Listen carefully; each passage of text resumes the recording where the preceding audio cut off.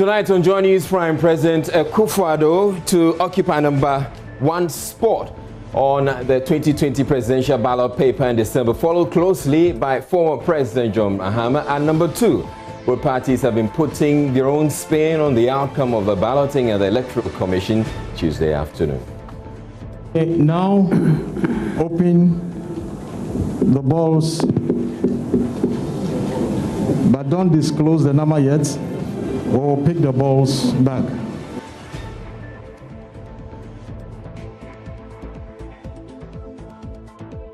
But how relevant is the positioning on the ballot paper? We'll be exploring that as well as reactions on social media. Government says some 20.4 billion cedis have so far been spent in taming the COVID-19 pandemic. We also sourced for funding and made funding available to expand the capacities of more laboratories to increase the testing of COVID-19. We created isolation centers in the various regions and the districts. President Akufo-Addo charges naval officers to be creative in tackling the country's maritime challenges as he inaugurates Naval Training Command at Nutokpo in the Volta region. In business. Coming up in business, COPEC reiterates the need for a review of the price build-up of petroleum products as prices are expected to go up marginally at the pumps this week. We say that these taxes play a larger role. Right. Government will need to take a second look at them. Government will need to raise revenue, but revenue should not be derived only from petroleum taxes. My name is Israel. Joy News Prime is coming to you live from our Fan Office studios at Kokomimbe here in Accra on your digital terrestrial TV, because you're free to air on DSTV channel 421 and Go TV channel 144. Do stay tuned in.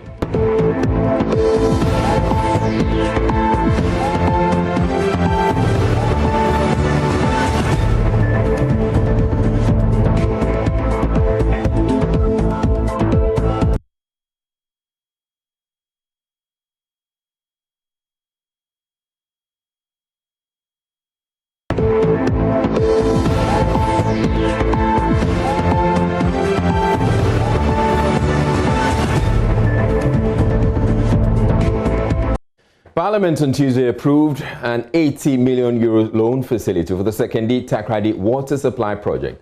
The facility will be used to rehabilitate and expand the existing infrastructure already in place. But the minority has been raising issues over the cost of the loans, insurance premium, among others. There is more in the following report by Kwekwe Sante. Parliament has today adopted the Finance Committee report on the OEKB-backed loan facility agreement between the government of Ghana, represented by the Finance Ministry, and Commerzbank. The loan facility of 70 million euros is to finance the Sekondi Takoradi water supply project. There was another facility of up to 10.5 million euros to finance the Sekondi Takoradi water supply rehabilitation and expansion project. With a dramatic growth in the population of the twin cities, Sekondi Takoradi, and the rapid rate of socio-economic transformation, there is the need to improve upon the supply of water into these areas. According to Chairman of the committee, Dr. Mark Esibe-Eboa, who moved the motion for the approval of the loan facilities, there is a compelling reason to expand the existing water supply system. Mr. Speaker, the committee, in view of the foregoing, respectfully recommends to the House to adopt this report and approve by Resolution 1 the OEKB facility of 70.73 million euros and to the commercial facility of 10.5 million euros for the Takoradi water supply rehabilitation and expansion project. I so submit, Mr. Speaker. MP for Adaklu Kwame Abuja seconded the motion for approval, noting that although the project was laudable, government's resort to borrowing showed its precarious financial situation. Chairman says the loan facility is 70 million and then the commercial part is 10 million. Mr. Speaker, normally I think it's the responsibility of government to fund part of this. It appears it's because government is unable to find money to do this. That is why they are borrowing the other 10 million to do this. Mr. Speaker, in the scope of works, you will notice that they are going to construct an intake, a raw water intake of 230,000 cubic meters per day. However, the treatment plant can only process 100,000. So there's 130,000 which is a capacity available which will not be treated. On his part, Deputy Minority Leader James Kluche Aveji cautioned against the terms and conditions of the loan, stating that the premium is on the high side. The contract sum itself is a total of 70 million euros. So the difference, Mr. Speaker, which is 11.233 million, is going into insurance premium. So if you express the insurance premium over the value of the project, which is 70 million, we give you a whooping interest or insurance rate of 16.047%. So Speaker, this is a project for water supply. So if you are going for a project for water supply and the premium, I do not think the kind of risk involved such that the premium to be paid to give you 16%. So the Ministry of Finance and the Ministry of Works and Housing or Water Resources ain't going for a facility of this. You take note of the amount of premium that is being paid by this government for a facility of this nature. The scope of the work includes the provision of ancillary structures of the new water treatment plant and the supply of 25 kilometers of distribution pipelines. When completed, beneficiary communities include Takrady, Efiekuma, Kwesimentim, Sekendi, Shama, and many other adjoining towns and villages. In another development, Parliament is sending a delegation to Brussels to investigate the issues surrounding the closure of Ghana's embassy in Belgium's account with the ING Bank. According to Chairman of Parliament's Committee on Foreign Affairs, Frank Arnaud Dompré, a delegation made up of representation from both the majority and minority sides have been dispatched and is expected to submit a report upon its return. Frank Arnaud Dompré spoke with Joy News. It's not peculiar to Ghana. There are a number of nations across the world who have, one way or the other, also experienced these challenges. So it's not peculiar to us. What's important is that Ghana as a country, we've always displayed transparency, a level of professionalism in the way we deal with our foreign missions and our foreign partners and other multilateral organizations, how we have dealt with them. And that reputation is out there. Ghana is respected. That you can't take it away from us. So what we intend to do is to get to the bottom of it. And so we've tasked MPs who have that capacity in terms of financial backgrounds, who can help us unravel what's thereof, so that we can have a report as soon as possible. Our role as a parliamentary select committee is to play oversight over our mother ministry, and hence we cannot talk to things that we don't have information on. So and we cannot base our judgment or criticisms or conclusion on information on the internet.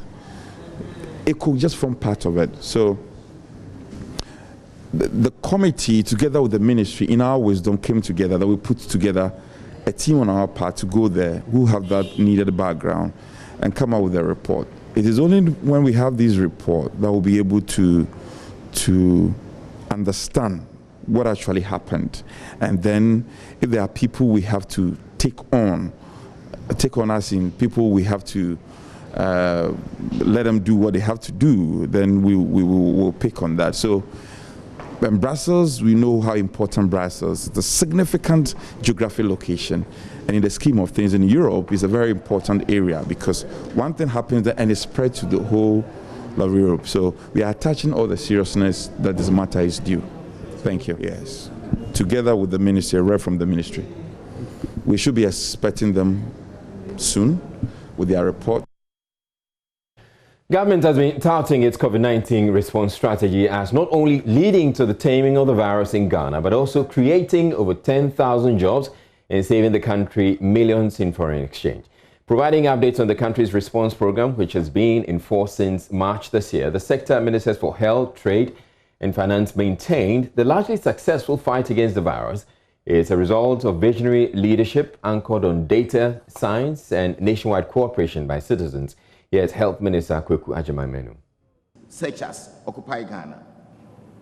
Our resilient contact tracing regimen ensured that cases were promptly identified and managed earlier to prevent complications, and these were all driven by science and data. The imposition of restrictions was targeted at specific geographic areas, again based on data and science. The response of reopening of senior high schools was done with careful risk assessment and reliance on data-driven effectiveness of control measures.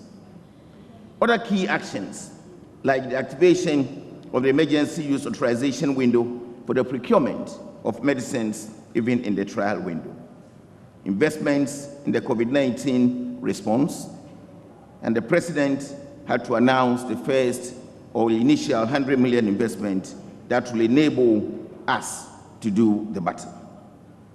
The COVID fund was set up, and we also had a private sector COVID fund that was also collaborating and accumulating donations from civil society organizations, almost everybody who was ready to help government fight the battle.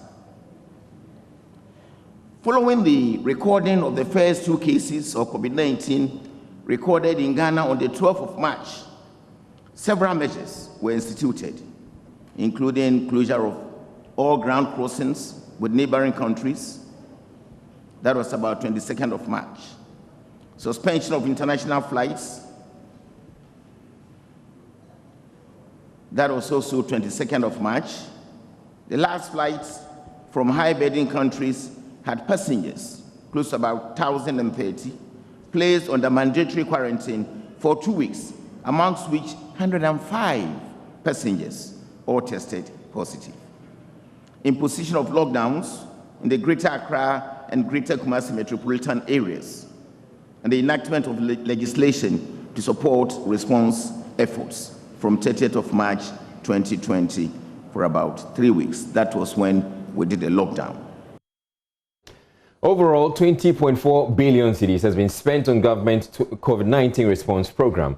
Deputy Minister for Finance Abena Osei-Asare, who disclosed this, said the monies were drawn from the BOG and Stabilization Fund and other foreign sources like the World Bank and IMF. And so one may ask, how was government able to secure all this funding? We still need more money, but this was how government was able to secure some of the funding that we have been able to utilize. The first one I talked about was the Ghana Stabilization Fund, through the lowering of the cap on that from 300 million to 100 million. And so we were able to transfer the excess of 200 million for us to use for the CAP 1 program. Again, we also sourced funding from the IMF. IMF made some funding available to us, provided you are able to meet the conditions. And we were able to meet the conditions. So we were able to source about $1 billion, and that is what we also used in funding all the things that I have mentioned.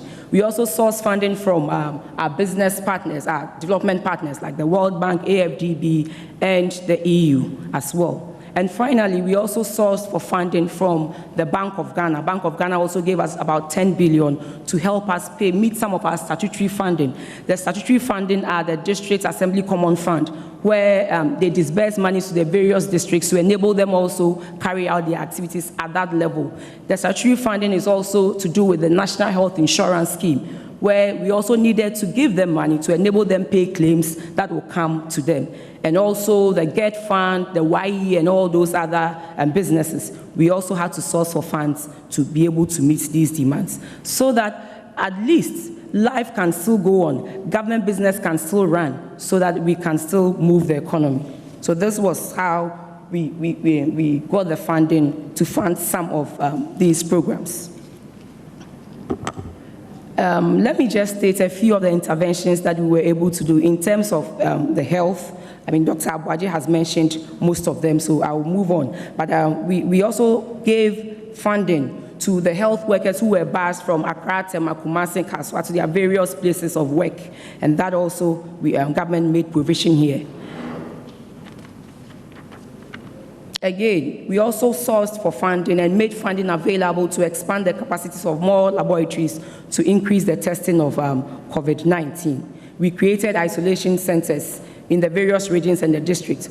All of these things were funded by government. And I heard my other colleague, my Deputy Minister for Trade and Industry, also mention the PPEs. Yes, government also gave huge sums of money to be able to allow these local textiles and manufacturing companies to also provide the PPEs as well. Deputy Trade Minister Robert Ahunka-Lindsay added that the localization of the manufacturing of PPEs has saved the country over $16.8 million in foreign exchange while creating more than 10,000 jobs. Fabric producers to supply the fabric to the manufacturers to do the 4 PPEs that I mentioned earlier. So what was the result? Just quickly to give you a sense of what it is that we ended up doing. 18.8 million face masks, 90,000 hospital gowns, 90,000 head covers. These are the full head cover. I'm sure our colleagues can give a better description. And 60,000 medical scrubs. Once we got going, what was some of the impact of this on the businesses we were working with? So if we looked at the 5 Tier 1 companies, they had the capacity of producing 150,000 face masks per day. The Tier 2, if you added the 3 together, they were doing over 1 million face masks per day. Now that is a number we throw out, but you know that is a significant, literally from zero, we will be able to produce over 1 million face masks every day. If you do the numbers, it meant that within a month, we could provide enough face masks for every Ghanaian in Ghana. There are parts of the world today that are still trying to address this problem and do not have enough face masks.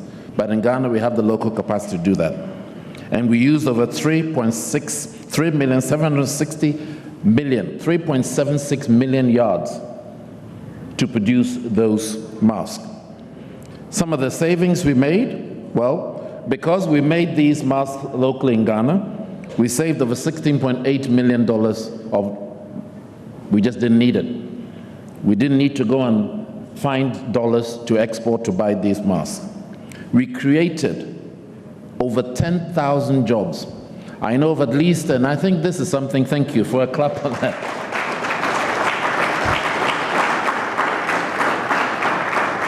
These numbers roll, but they are so significant. I think as the Minister of Health said, if you look around the world today, just turn on the newspapers and the news, and you see that the graphs of many parts of the world are going in the opposite direction. And it's because of these interventions. Over 10,000 direct jobs.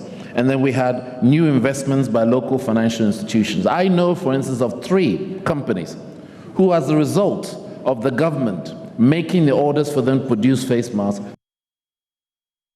You're watching Joy News Prime. We're taking a break, but still ahead in the bulletin, President Akufo-Addo to occupy number 1 spot on the 2020 presidential ballot paper in December, followed closely by former President John Mahama at number 2. Both parties have been putting their own spin on the outcome of the balloting at the Electoral Commission Tuesday afternoon. We have that coming up after this break. Stay tuned in.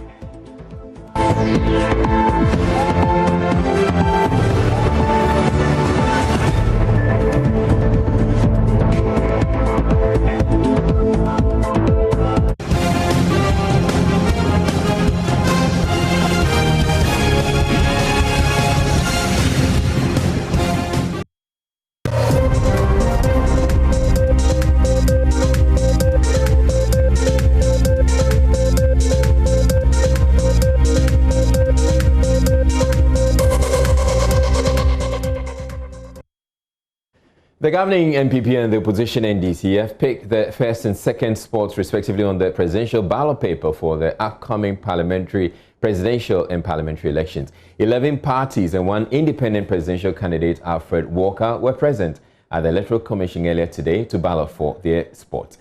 Director of Training, Michael Bodu, announced the outcome of the ballot.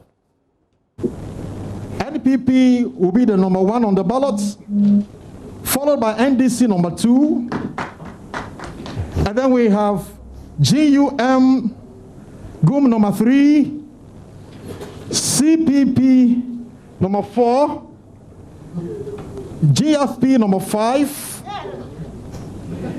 GCPP number 6, APC number 7 on the ballot, LPG number 8 on the ballot, PNC number 9 on the ballot, PPP number 10 on the ballot, and NDP number 11 on the ballot.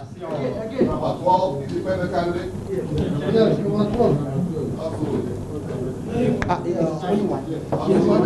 Okay, so the only independent candidate takes number 12. The printing of the ballots, which we will write to the political parties to send their agents to the printing houses. So there will be a letter to that effect very soon. The positions on the ballots that the reps have actually picked will be applied to the parliamentary positions at the various constituencies. So if you had to, it means that at the parliamentary level you will be the second on the ballot, unless maybe there is a withdrawal or a shift because of 1 or 2 reasons. Now, Deputy General Secretary of the NDC, Peter Otukuno, had earlier raised some concerns about the process. No, you will not bring that. No, you are not going to bring that. This is balloting. This is not your official decision. This is something that we have to do. All of us collectively, we are supposed to pick the ballot. So you can't say,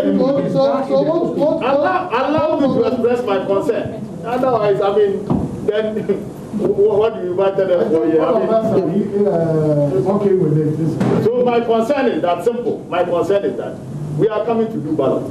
The essence of balloting is transparency and remove every element of bias. What we are saying is that there are 12 political parties. 11 political parties, 1 independent candidate. They are not going to the ballot.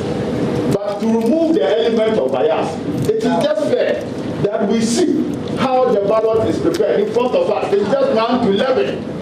It is for this reason why even the main election, the ballot paper, it is provided in the law that political parties provide agents at the printing house. So you can't go and sit knowing this law, having prepared the law yourself. Then you sit in your room and do no mess without our knowledge, put them, shroud them in balls and say we should pick them. I think that is not right. So what you are saying is that our concern is not up to 11. Is that no, our concern is that we want the things that have been put in there to be prepared right in front of us. You don't need to award a contract to prepare this. We can do it right in front of us. All of us see the kind of paper that you are using. We don't have a problem with the order of picking. In actual fact, we agree. Okay, so the concerns did not stop. The balloting and the process continued and concluded. And as we have it, the MPP, President Akufo-Addo, is taking the number 1 spot, and then the NDC's John Mahama is taking the number 2 spot. Now, the Deputy General Secretary of the NDC, Peter Otukuno, says the number 2 position indicates the second coming of former President John Mahama. For the governing MPP, the number 1 slot shows that President Akufo-Addo has already secured victory in the upcoming December polls. Joining us on phone right now is pollster Ben F. Singh to give us some insights and analysis on the need for this balloting and why the parties attach so much importance to it. Thank you very much, Mr. F. Singh, for making time to speak with us. So what do you make of the positioning on the ballot paper? The MPP is getting number 1 and the NDC is getting number 2. So in effect for the MPP, they can say Esroho, that means at the top, and the NDC is spinning and saying that for them, it's just the second coming of John Mahama. What do you make of all of that? And why is this so crucial going into an election? Thank you, Israel. Good evening to your viewers. I think that basically in terms of strategy,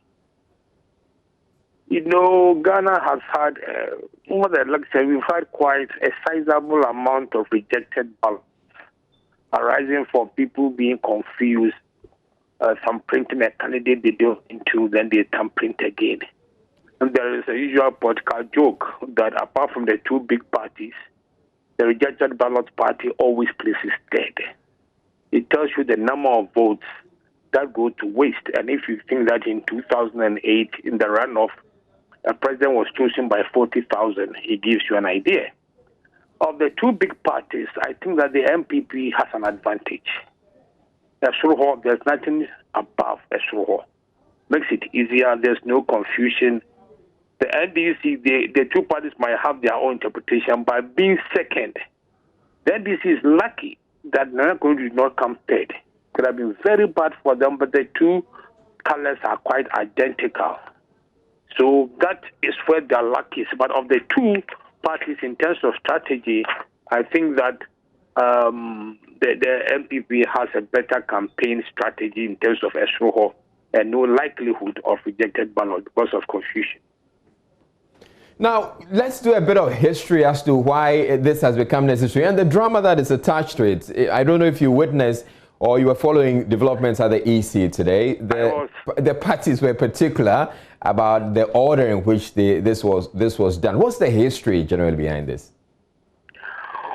Oh, I think that basically it was just this matter of people, their supporters not being confused. That is basically what it was.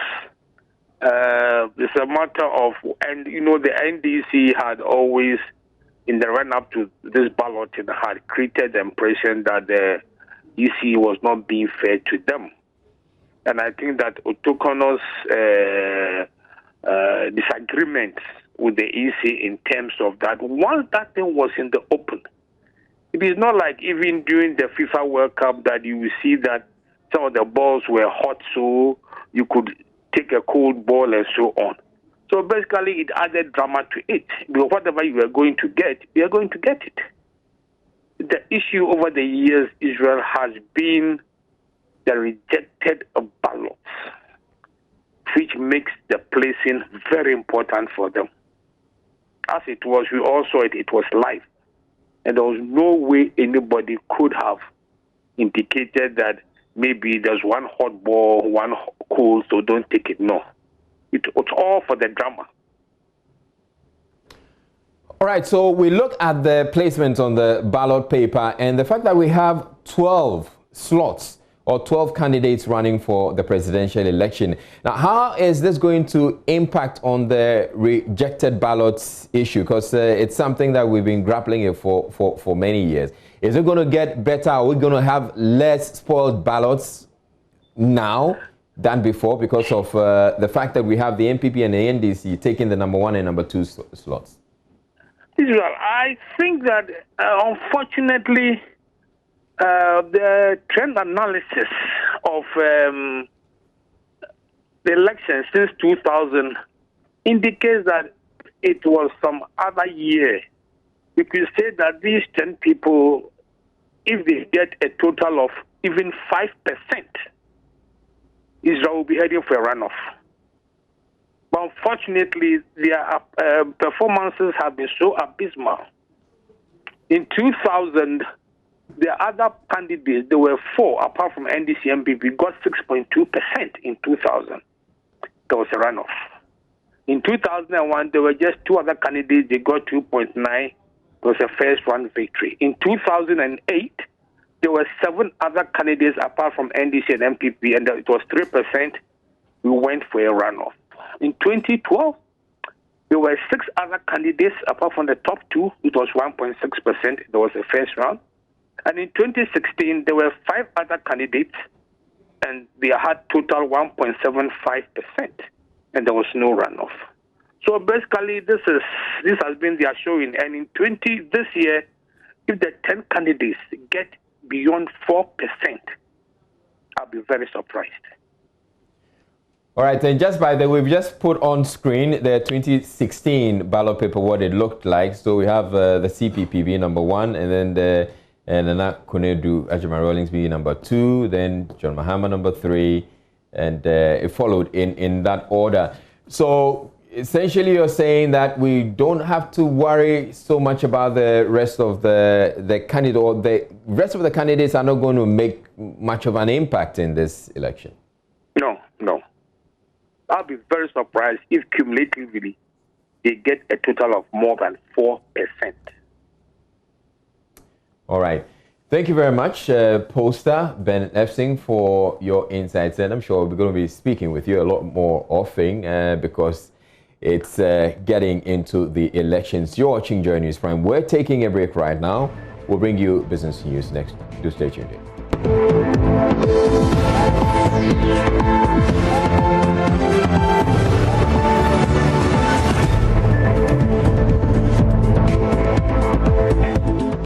Hello there, time now for business. I am Gifty Ando Apia. Now, prices of the petroleum products are expected to go up marginally this week. This is in line with the expected 2-week review of product. But is this a sign that month of decline is over?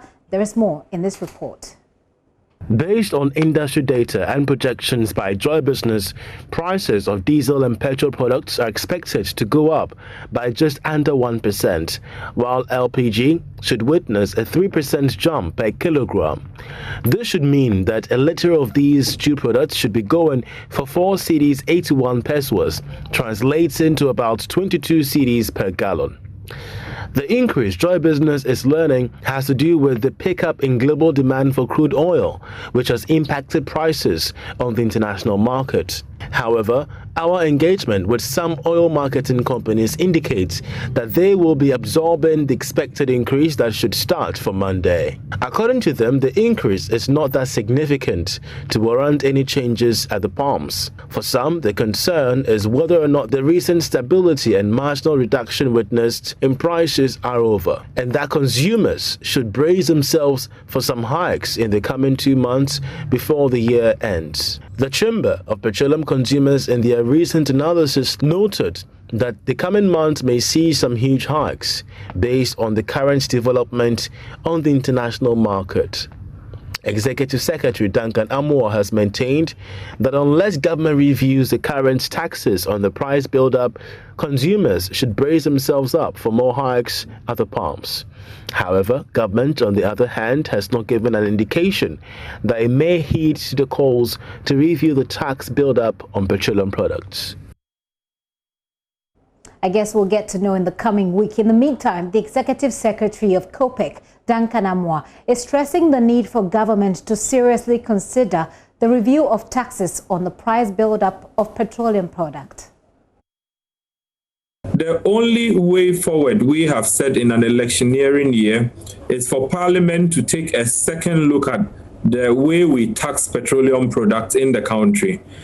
Because it's an electioneering period, you don't hear much of government needing money and putting or slapping taxes on fuel products. And so we have said that the period after elections 2020, Ghanaians may be in for quite a turbulent or rough ride, because whatever happens, whichever way the elections will go, you would expect whoever the finance minister is, will be, could be, to come back looking for revenue. And you and I know the lowest hanging fruit for revenue for government often is petroleum taxes. And so we have advocated, and we still advocate, that Parliament should place a capping on the amount of taxes that finance ministers can collect from Ghanaians.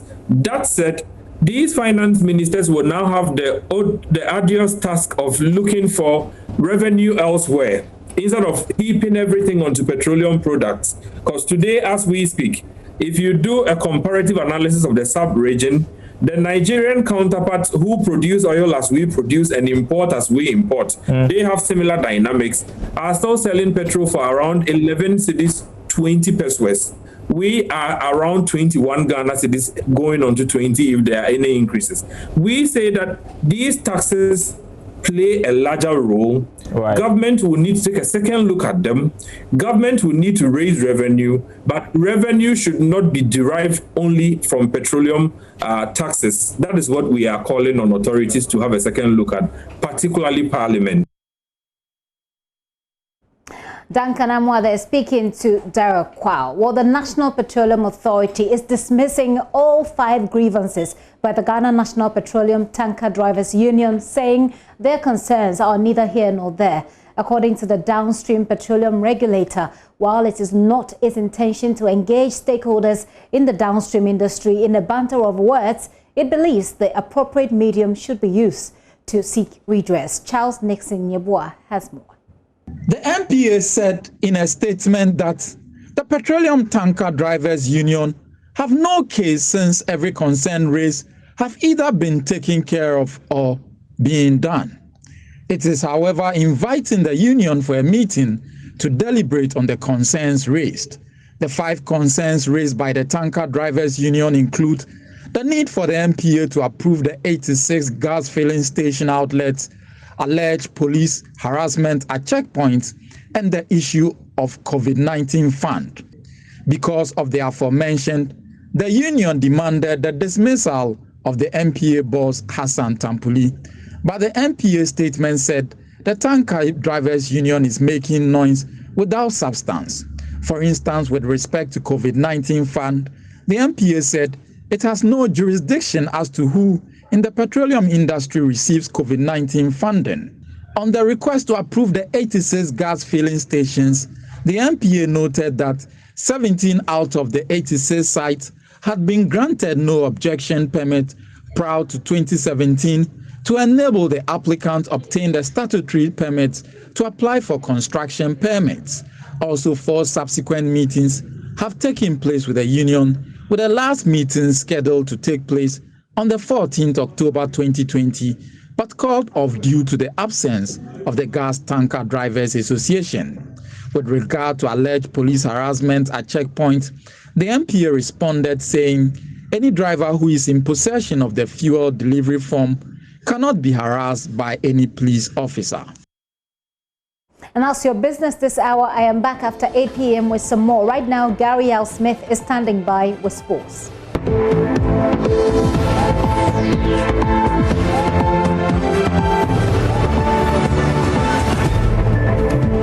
Thank you for staying with us on the sports. I'm Gary L. Smith, and our first story: Premier League clubs to use the Accra Sports Stadium as their home venue for the coming season will have to pay 20,000 Ghana cedis in order to use the facility per match. That's according to the National Sports Authority. Now, about 5 Premier League clubs have chosen the country's premier stadium for the upcoming campaign, and matches categorized as A matches require the home team pay 20,000 Ghana cedis. The NSA, in a statement signed by the Director General, Professor Peter Chumesi, indicated that the new user fees are expected to run during the COVID-19 period and will be subject to review by the management. The Accra Sports Stadium will host more matches in the upcoming season in both the Premier and Division 1 leagues, as 5 teams have confirmed to use the venue. The NSA said home teams will be made to pay 20,000 Ghana cedis per match under Category B matches, whilst Category C matches will attract 15,000. The statement said, and I quote, management would like to bring to your notice and attention of fees as well as terms and conditions associated with the usage of the Accra Sports Stadium involving Premier League matches. Matches between Hearts and Kotoko and national teams are grouped under Category A. Matches between Hearts and Kotoko or Kotoko versus other Premier League clubs are grouped under Category B, and matches between other clubs excluding Hearts and Kotoko are grouped under Category C. The Accra Sports Stadium will serve as the home venue to Hearts of Oak, Asante Kotoko, Inter Allies, Great Olympics for the 2020-21 Ghana Premier League. The fees being demanded by the NSA did not go down well with the president, who took to social media to assure clubs his outfit will engage the managers of the stadium. He tweeted, and I quote, "I have read in the public space a statement from the NSA on new stadium user facility charges. I will say this is unfortunate, and our GFA will engage the NSA on these exorbitant and unacceptable fees." Unquote. The 2020-21 Premier League is expected to start on November 13, 2020. Asante Kotoko will begin their campaign against 11 Wonders at the venue. Black Stars first choice goalkeeper Richard Ofori has joined Orlando Pirates from Maritzburg United, both are South African clubs. The 26-year-old has signed a 3-year contract with the South African Giants, and he has been speaking after completing the move earlier today. He's expected to fight for the #1 spot with 37-year-old Wayne Sandilands, who is widely expected to leave the club this season. So Richard Ofori has a big chance of becoming #1 at one of Africa's top clubs pretty soon. That's the sport for now. I'm Gary Al Smith. When we come back on the other side of things, there'll be more. But on our Instagram, please follow us on Joy Sports GH, where we have more news and updates, especially in pictorial form. Stay with us.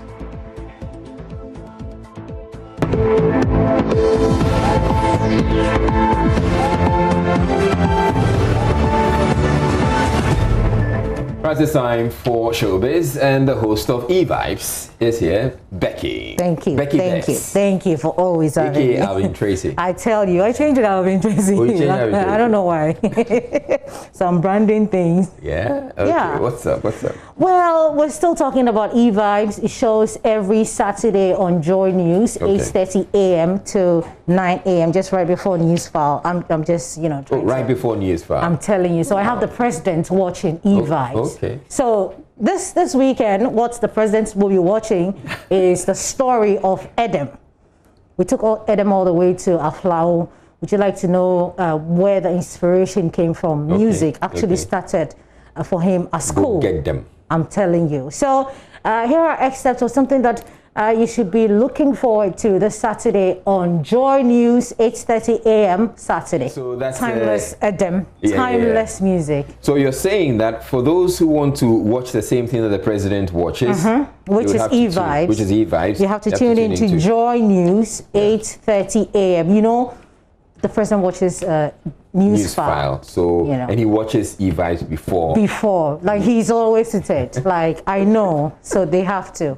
Okay, but somewhere when Adam was speaking, he kept on mentioning cassettes. And I'm sure a lot of people will be wondering what's a cassette? What's a young cassette? ones. What's a cassette? Yeah. So I'm asking David to pull up an image of a cassette. Okay, so that's what a cassette looks like. Yes. This is what we used to play music from and record music on way back. Before CDs. It reminded me of, back in the days. I remember the same cassette. Yeah. Then we put pen, big pen, then you'd be rolling to rewind or forward. I had no idea what I was doing at the time.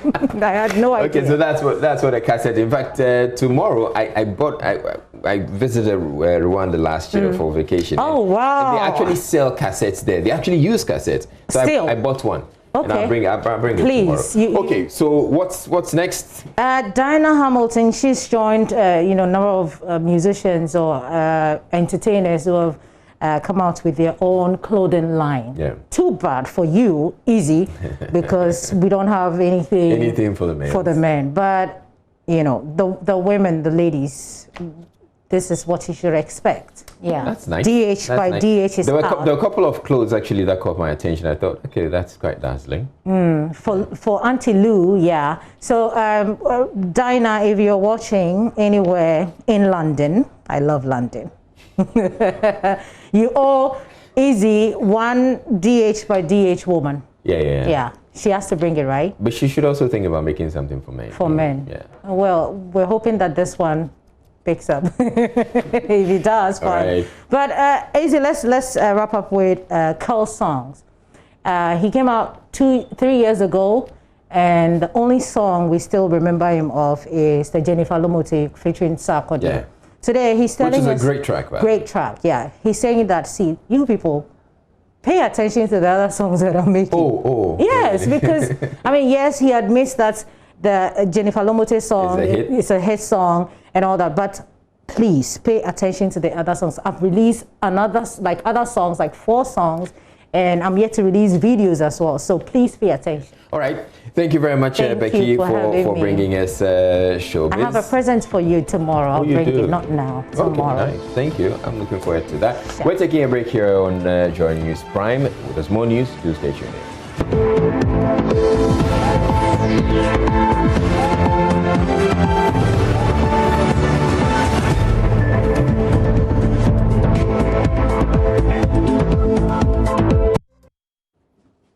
The National Democratic Congress is recommending the establishment of a debate commission to compel presidential candidates to avail themselves to debate ideas. Party Chairman Samuel Futuampofo believes such debates are relevant in helping the electorate make informed decisions. His suggestion follows the refusal of the flag bearer of the New Patriotic Party, Nana Addo Dankwa Akufo-Addo, to respond to calls by the opposition for an open debate of ideas and policies. Mr. Futuampofo is on a campaign trail in the Hafwa North South East constituency as part of Jane Nana Opoku-Agyeman's tour of the Shanti region. In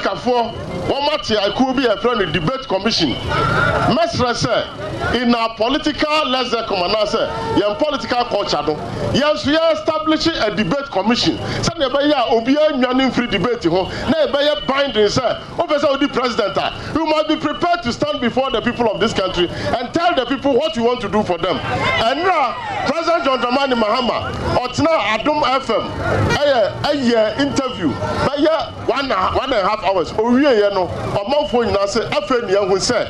President Mahama or your obia or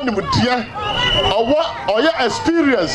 Now he understands the governance architecture and he has what it takes to rule this country. Nana Akufo-Addo, whether there is a debate commission in Ghana or not, something that I recommend strongly that Ghana must establish a debate commission so that whoever wants to govern this country will not run away from facing the country and debating the issues of bread and butter, issues that will determine the socio-economic development of our country.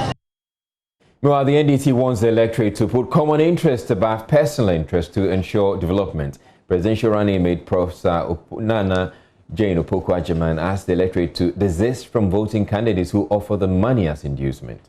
Obia kaho yem papa mu yenyiyim nyafe ne be cheche nkrofo ase na efa yekosi he eno fa somdwe ma wo ya na obi anitan wo ya na nipa bi adwen so omo nka ho a ono so wo de obeye ana meboa wo kame no wo pa na asem wo ne na ekọ ene otesen kro obesesa ana esa na ye ntie no sa na ekọ no enti esi obi aka ho enti aba no obi a hwe ne card no ye ye di sika bi bebe banom ne ade bisa ho se sika sai ene kwan na wo fa so enye no wo betim di akọ eniye sika he ne edugu botomu a wo dwa na bekọ so afebo sika he ne edugu nko a wo botomu a wo de bekọ kosi hospital wo so obedi na mienu bi na asa ne asen abatina ededem enti na ye nko ne sa bio ye to no de wa hyehye no ma wa so ka wo sa me so me de ani obi a ne de hia no na meboa enti sa ne ko obi an kro ne card ni ye ma fa o card mo obi a so wokoto ama wa na to aba edunti na wo ko awo foni na ewo anim na bibia anya so. All right, moving on. Wife of late Infantsman MP Ophelia Hayford is assuring she will do her best to win the seat in memory of her late husband. Ophelia Hayford filed her nomination to contest the seat in the upcoming parliamentary election on the ticket of the MPP. This follows a decision taken by the party's National Executive Committee after a meeting held on Sunday, October 18, in line with Article 12 of the MPP Constitution. Clad in black with a party-colored scarf around her neck, the widow was on Tuesday escorted by some party executives and supporters to file her nomination at the EC's office. There's more in this report.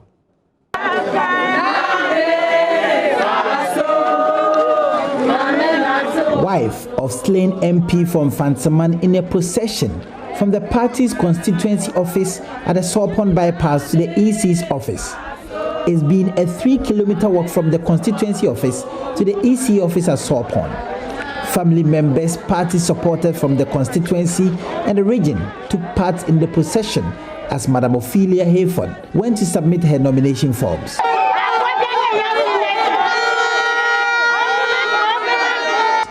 She returned from the EC's office beaming with confidence and speaks for the first time after the death of her husband.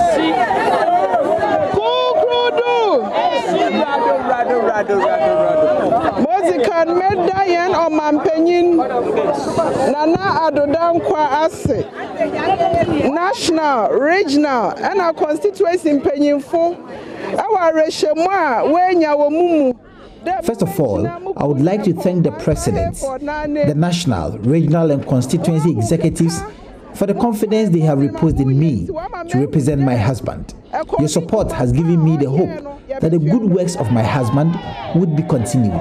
I can now wipe my tears because of what I have seen today. I have seen that I have the support of courageous people. All I entreat you to do is to unite and fight the battle ahead. We can win this seat.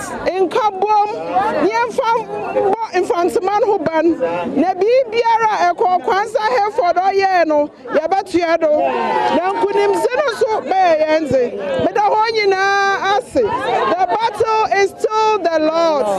Medahona Ase Yami Baye. Minister for Special Initiatives and MP for Ewutu Senior West, Mavis Hawa Kumsing, gives an assurance that the Women Caucus of the MPP in Parliament will see a rise in their number. Ophelia Kukurudu Abe Obama Ema Obama Mema Ekanka Kunafo Eni Ejanka Omumba Ophelia Ebe Na ye Women Caucus. She has come for women and men, especially for widows and orphans. But we, those who form part of the Women Caucus in Parliament, we are 5. We are by thus admitting Ophelia to our caucus. You do know well that I supported the late MP. So if you vote for her and we win, I will extend same support to Ophelia. Together we will help develop Infantsman.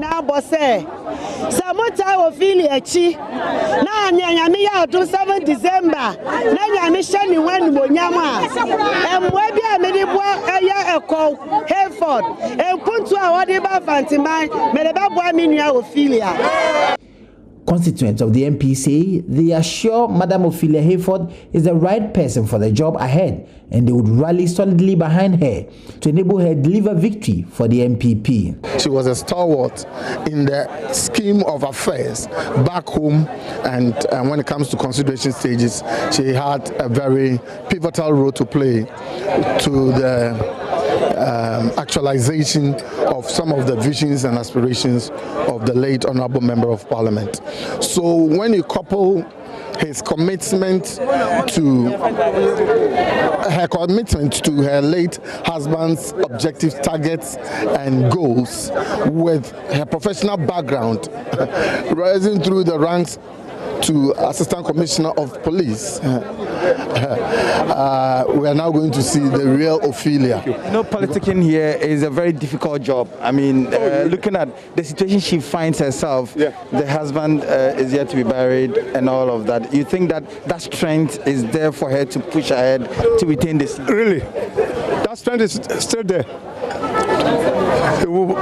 I mean, back the wife to retain the seat for us, no two ways about it. We will get even more than, even if Ekwa was around, this lady will get more votes than the demise husband. The people who joined the procession say they're going home feeling satisfied that a good decision has been made by the party. From Sopon for Joy News, my name is Richard Kwejo-Nyako. Flag bearer of the Ghana Freedom Party, Ikea Donko, is number 5 on the ballot paper for the December 7 presidential election. Arguably, she is the happiest person to make it on the ballot after 3 attempts. Jojo Kobna observed that though Ikea Donko does not have the support to be president, she teaches us never to give up on our dreams. Ikea Donko, the flag bearer of the Ghana Freedom Party, has been flirting with the idea of being Ghana's president for many years. Her journey to be a flag bearer of her party started in 2012, but she was disqualified. She then teamed up with the Progressive People's Party to campaign for Dr. Pakwesi Ndum. Many thought it was the end of her dream, but she resurfaced in 2016, aiming to be Ghana's president. She was disqualified again.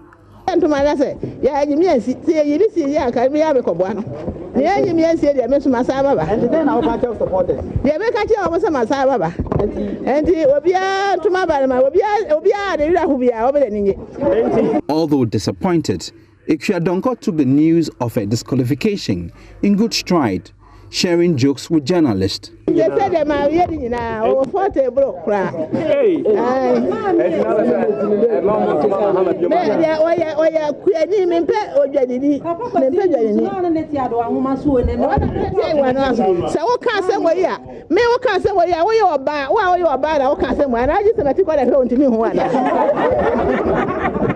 Donko was mocked for her inability to recite the national pledge. Through the blood and of our fathers, I don't know to do what of Ghana.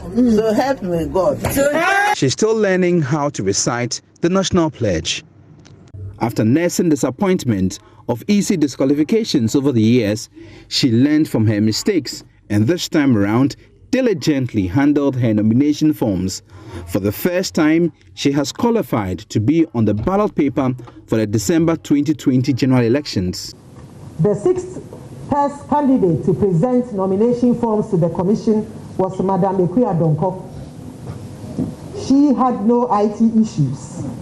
However, the team noted that there were a number of the ID cards were repeated, and she was informed about this. And the candidate has therefore been adjudged responsive to the nomination requirements. She has therefore been cleared to contest the 2020 presidential election. Finally, she has made it. If nothing at all, she has taught us never to give up on our dreams. A youth group calling itself Z-Town members, formerly affiliated to the governing New Patriotic Party, has defected to the opposition National Democratic Congress.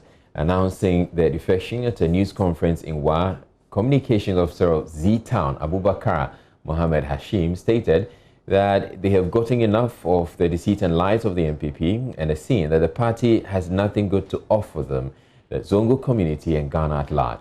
They stated that despite the loud promises of the NPP in the run-up to the 2016 election leading to the introduction of Zongo Development Fund, there is nothing to show as evidence in Wa Zongo. Joy News Upper West correspondent Rafiq Salam reports from Wa. From today, 19th of October 2020, we the members of Z-Town are no longer members of the ungrateful, deceitful, incompetent, non-performing New Patriotic Party. And we are officially declaring our unwavering support, commitment, loyalty to the great umbrella family, the National Democratic Congress.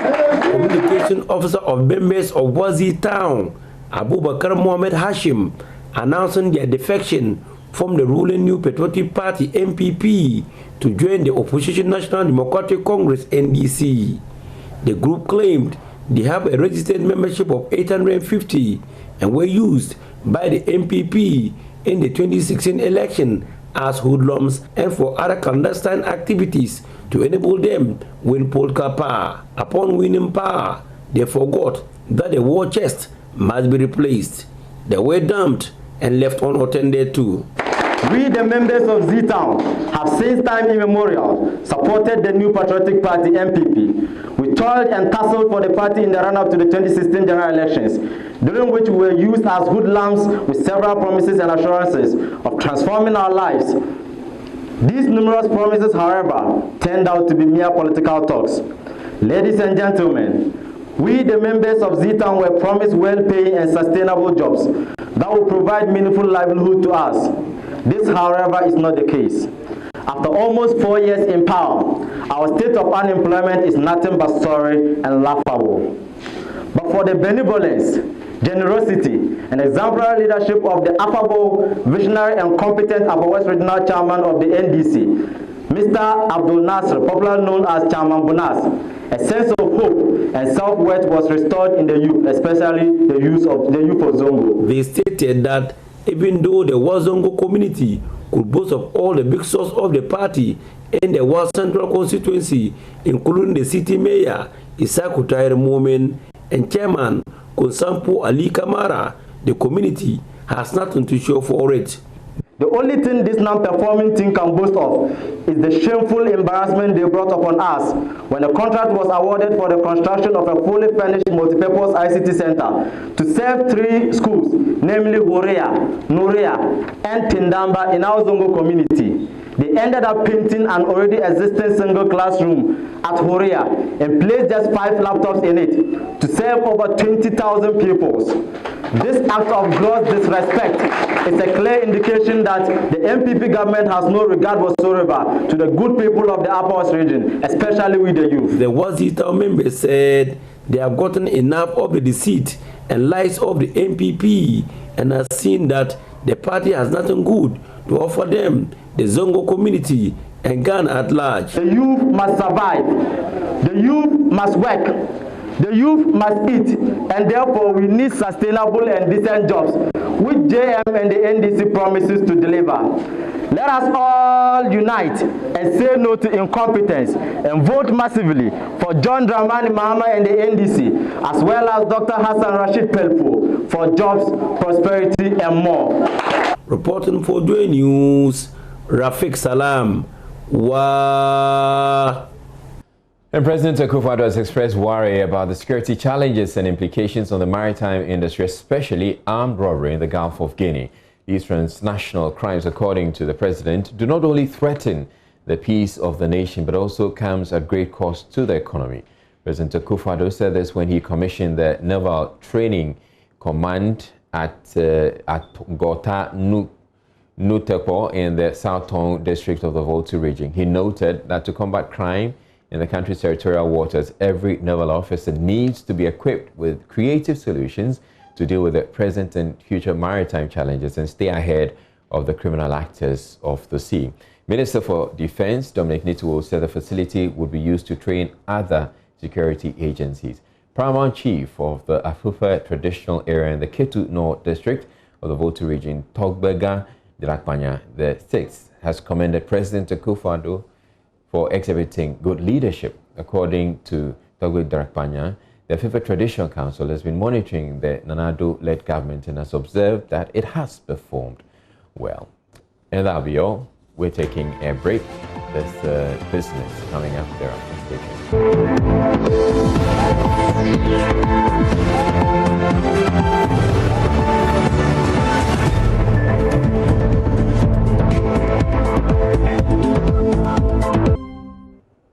You're welcome back. In this hour, the Continental Free Trade Agreement Secretariat, in collaboration with the African Union, will unveil a new trading platform. The move is to ensure that physical barriers of trading among African countries are minimized when the trade begins in January next year. Secretary General of the CFTA, Wamkele Mene, said that disclosure at the second national conference on the implementation. He said this at the disclosure of the implementation of the agreement in Accra, and there is more in this report. The African Union has expressed confidence that trading under the Continental Free Trade Area will begin in January next year, barring any last-minute changes. After several negotiations and discussions among member states, the continent still faces the challenge of trade barriers, including fiscal barriers at various borders. This has compelled Ghana and other West African nations to explore the use of technology to increase benefit from the agreement. According to the Secretary General, Wamkele Mene, the Africa Digital Transformation Platform will go live before trading begins. We are exploring various digital-enabled platforms that are aimed at enhancing market access and trade connectivity of small-medium enterprises to new markets across the African continent. We shall collaborate with the African Union Commission to leverage the African Continental Free Trade Area to accelerate the implementation of the digital transformation strategy for Africa in order to transform production systems, promote industrialization and the use of advanced technology in all sectors of the production value chain. We intend to launch this digital platform for trade for SMEs connectivity in time for the start of trading under the AFCFTA, which is scheduled for the 1st of January 2021. On his part, President Akufo-Addo assured that Ghana as a country has put in place all the necessary blocks to ensure it benefits from the agreement. He indicated that policies like the One District, One Factory and planting for food and exports are geared towards achieving this goal. Development of industrial parks and special economic zones in collaboration with the private sector to make available the space for industrial establishments, obtain the economies of scale. Underpinning all these initiatives is the development of a robust and resilient macroeconomy, which will establish a strong foundation for the structural transformation of the Ghanaian economy. I draw attention to these programs and projects to reiterate the point that in Ghana, we have already laid the building blocks for our private sector to harness the benefits of AFCFTA. Additionally, the National Export Development Strategy serves as an appropriate policy framework for coordinating and consolidating public sector support for the development of exports. The ongoing national two-day conference is under the theme Empowering Ghanaian Businesses to Harness the Benefits of the African Continental Free Trade Area Agreement under the framework of the National Export Development Strategy. A Ben Sabotage report for Joy Business. Meanwhile, the Customs Division of the Ghana Revenue Authority says it has put in place all the necessary measures to ensure that the rules of origin concept under the Continental Free Trade Agreement process is strictly adhered to by all member states. The division, together with its counterpart in the ECOWAS region, are expected to submit the tariff offer to the African Union before the end of this year. This will ensure that all countries abide by the law. Speaking to Joy Business, Assistant Commissioner in charge of AFCTA, Fenchim Akoto, assured that Ghana is in the best position to implement all the customs rules under the agreement.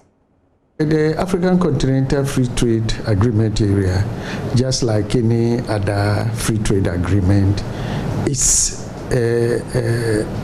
has a setup that we'll have to deal with in trying to fulfill all processes and agreements as far as what we call AFTA is concerned.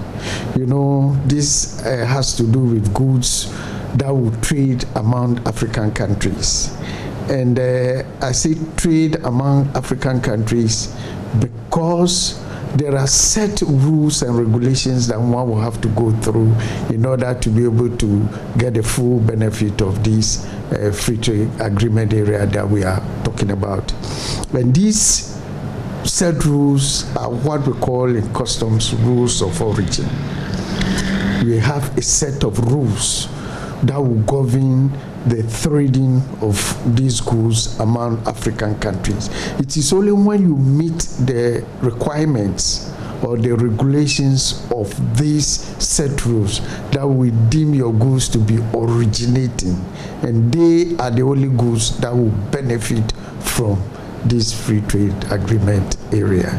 So as traders, people in trade, we have to be conversant with these set rules and regulations. Not only trade, but we in customs as well have to be very conversant with these rules that we have put in place for trading among ourselves in Africa.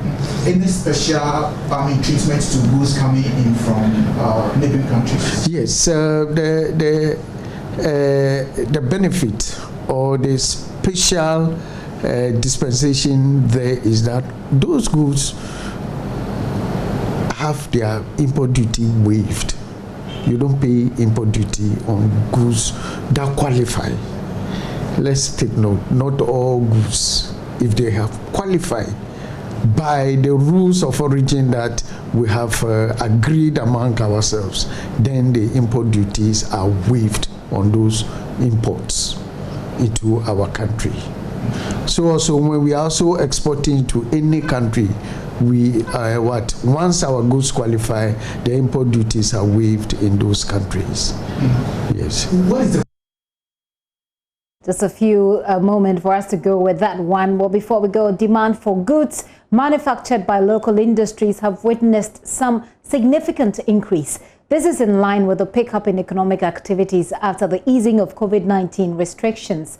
Recent Bank of Ghana reports suggest economic pickup up to levels even higher than pre-COVID-19 levels. This has resulted in the central bank's projection of a 2.5% end-of-year growth target.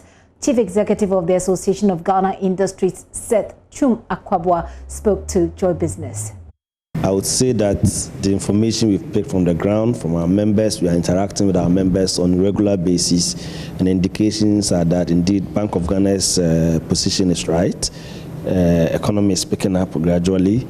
Industries are able to do more business, they're able to move around, buy their raw materials, do the processing, and then able to send to the markets.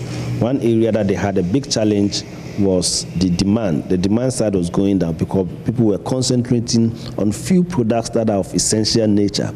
But I think as the economy is opening up, demand for other goods are coming on. You notice that conferences are gradually coming up. People are doing their awards and all that, even though the numbers are not as big, and therefore the demand is still not as high. At least there's a growth in demand, and therefore it is true that the economy is gradually picking up, and the members are really feeling it on the ground. Just not to backtrack a little bit, but some will also say that has this impacted on demands of goods that your members are manufacturing or still, because one critical statement that the Bank of Ghana statement made was that we are even back to higher than pre-COVID levels unless these goods are coming in from outside. Has this really impacted on what your members are manufacturing in terms of goods and raw products and all the rest? I think generally speaking, all goods are seeing some increase in demand. And I think that is quite significant, and it's a positive development. But if you say that it is higher than pre-COVID levels, we need to look at the data. And I think the data will help us in doing that analysis. Unfortunately, I've not done that kind of analysis, but I can say that since the COVID period, since the lockdown up to today, there has been significant improvement in terms of growth in demand for general goods, and therefore, as you're asking, it's really impacting on members in terms of growth in volumes for all kinds of products. You know, those producing various products like the aluminium, like clothing, like food and beverage products, and so on, agricultural products. So across board, there's increase in demand, and I think that is positive. But we would examine the data and see whether before COVID, the volumes we were doing today is better. But don't also forget that we're inching closely to Christmas, and it's also the trend. And normally, in the last quarter of the year, business usually pick up because demand for various goods to market for Christmas and all that grows. So naturally, it is also possible that getting to the latter part of the year, demand would grow, and it could probably even surpass the pre-COVID levels. So, but we need to look at the data and examine it. Well, that'll be all for me for business this hour. My name is Gifty Ando Apia, and Gary L. Smith is standing by with some more sports.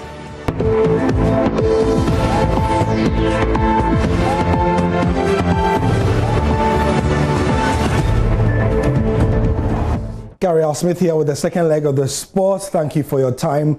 We are 24 days away from the start of the Ghana Premier League, and King Faisal head coach Slavisa Bozicic is already eyeing a top 6 finish with the Kumasi-based club. Now, according to the 54-year-old, top 6 finish is realistic. My colleague Haruna Mubarak has more in the following report. Clubs are intensely preparing ahead of the start of a new campaign, which kicks off on November 13. And so is King Faisal, who resumed training 2 weeks ago as they seek to hit the ground running. Head coach of the club, Slavisa Bozicic, says he's satisfied with the response of his playing body in training. I must speak. I'm very satisfied for the 2-week start training King Faisal because everybody people play very serious in coming for first training and continue good work. I'm now very satisfied because I think in King Faisal have very different team, not before season. Okay, and are you happy with their output, the way they are playing? Are you happy? Yeah, I'm happy because my management club and President Alaji and Chairman George, everybody good work before start training. Now very good pitch for training, very good everything. I'm very happy. King Faisal did not win a game in 15 matches in the truncated 2019-2020 Ghana Premier League season. Nonetheless, their coach is optimistic of leading the club to a 6th place finish. Thinking realistic. I think yes. Because I now have a very good player. Maybe problem because not play together before. But for 1 month it's finish everything, no problem. I think it's very good 6th place for league. Nice result. So between now and when the league starts on the 13th of November, will your team be ready to play, to compete? Yeah, definitely ready. King Faisal will travel to Sagakope to lock horns with Wafa on match day 1. And to tennis, the 2020 edition of the Magdan Tennis Championship is open. Top seed Jafet Bagabase opened his campaign with a 6-2, 6-2 win over Francis Bologna, and my colleague Michelle Quino was there and came through with this report.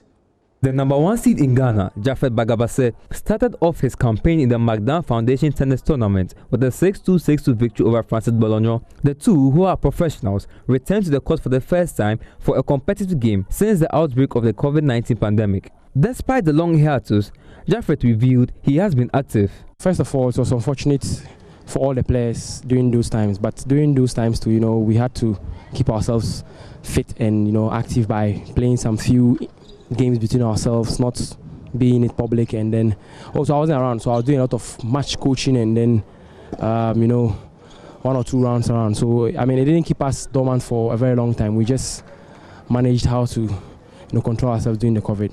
He added that he needed to stay composed and focused to win his first game in 7 months. Yes, so far I'm just doing what I have to do, 1 match at a time, training as much as possible, and then taking 1 match at a time because my competitor too was equally as fit as I am, and then tennis is a tricky game, so I always say it's 1 point at a time. You stay focused, and then you execute your game plan, and let's hope it works. If not, then you have to change it quickly.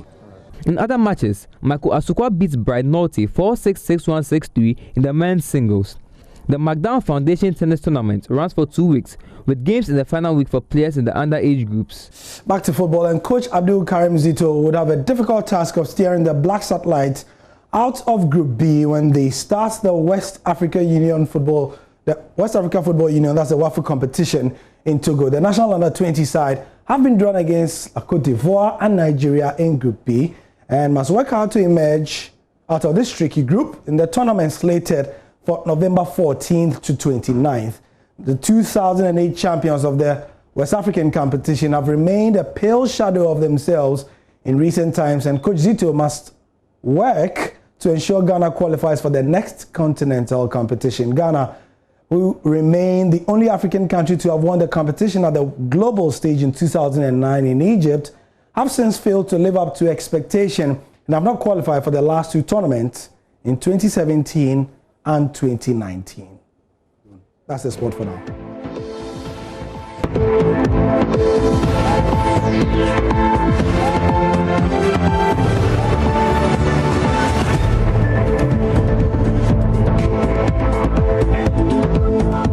A 36-year-old man has been robbed and shot dead at a Tonsu in Kumasi.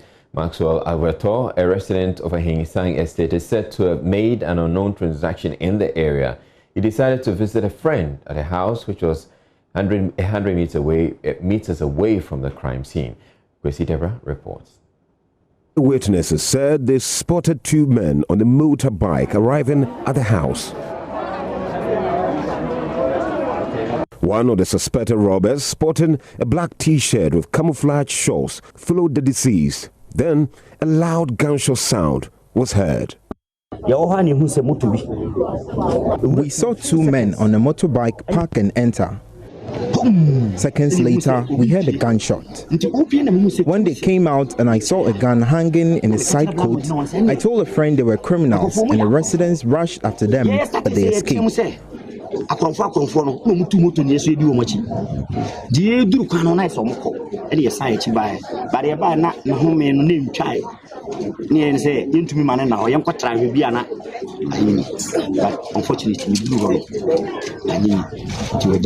The suspected assailant jumped on the waiting motorbike with a brown envelope and the 2 sped off.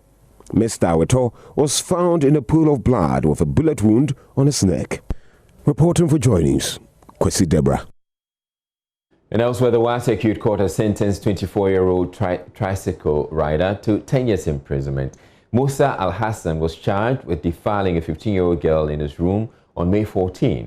Medical reports on the victim testified at the court revealed that the hymen was broken. Joy News Upper West Region correspondent Rafiq Salam sat through the court proceedings and reports that the presiding judge took into consideration the gravity of the offense and the rampant nature of defilement cases in the Wa community. The 24-year-old tricycle operator Musa Al-Hassan has been standing on trial for the past 4 months, accused of defiling a 15-year-old girl. The criminal act, according to the prosecution, occurred on May 14, 2020, when the accused person accosted the victim to his room after the latter was returning home from the market with their mother. The accused person forcibly had sex with victim and made her to pass the night in his room. The victim, on returning home the following morning, was quizzed about her whereabouts and where she passed the night, and she pointed to the house of the accused person. The case was reported to the Wa police, and the accused person subsequently arrested and put before the Wa Circuit Court. He has no legal representation. He admitted that the victim passed the night in his room but denied having sex with her. The prosecution, led by Superintendent Richard Ajapon Boatan, called for witnesses, including the medical officer who testified that the victim's hymen was missing, meaning it has been broken, showing evidence of penetration. The process of cross-examination was well explained to the accused person since he has no lawyer, and after which he cross-examined all the witnesses, including the victim. The accused person told the court that the victim consented to his proposal of making love with her. The victim, however, denied, saying she was only asked by the accused person whether she had a boyfriend, which she responded in the affirmative with the notion that she would be allowed to leave the room. But that answer did not save her. She was forced by the accused person and had sex with her.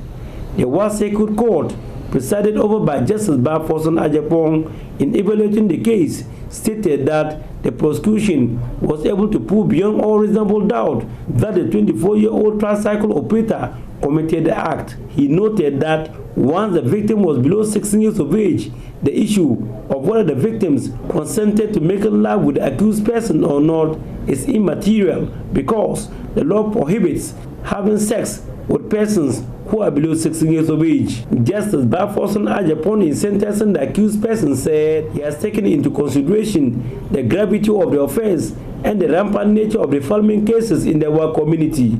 And that'll be all for the bulletin for this evening. My name is Israelite. Thank you very much for watching. Have a good night.